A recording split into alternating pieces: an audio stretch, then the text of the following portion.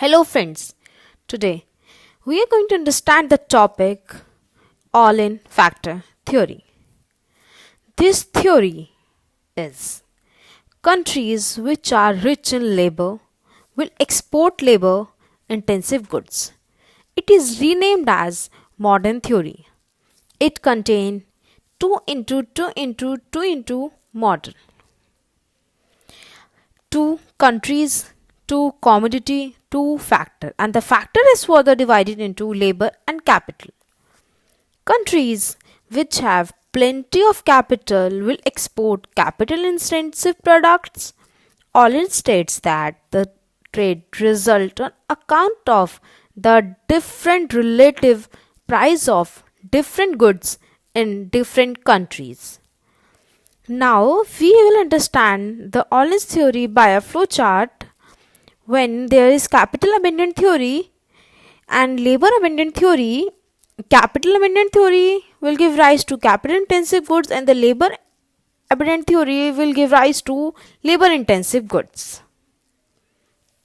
Now there are certain assumptions of the Ohlin's theory as perfect competition prevail in factor in commodity market, full employment of resources, no transportation cost, constant elasticity substitution function, factor intensity do not reversibility. As we will take an example, steel is capital incentive in both country, cloth is labor intensive in both country, it could not be changed. Comparative cost principle to find the difference in cost of supply and intensity. Relative proportion in which two factor labor and capital combine. When the supply will increase, the price will decrease, and if the supply will decrease, the price of the good will increase. The conclusion of the theory is the basis of internal trade is in difference commodity price in two countries. Difference in commodity price are due to cost difference which are result of difference in factor endorsement in two countries. A capital rich country specializes in labor intensive goods and exports them. A labor abundant country specializes in labor intensive goods and export them. Okay, now we are going to understand the Raymond Vermon's product life cycle theory. In 1960s, Raymond Vermon introduced it. There are certain 4 stages. The first one is innovation, second one is growth, the third one is maturity, and the fourth one is decline. Many products go through a trade cycle. Predicting the product trade's performance.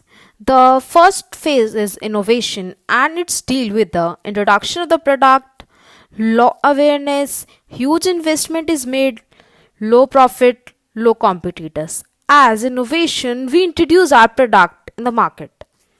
In the second phase, that means growth. Growth basically deals with the demand and profit increases, production cost decreases, awareness is high, competition increase, export start. Second phase basically deals with the growth of the product. As the production cost decreases, as the production increases, as the product start growth in the market. The third phase deals with the maturity. Product awareness is maximum, rate of increase of sale decreases, competition is very high and profit margin decreases, export surge followed by a fall in export, foreign demand grows. The third stage basically deals with the maturity. That's the product is in the market and the product has made a space in the market.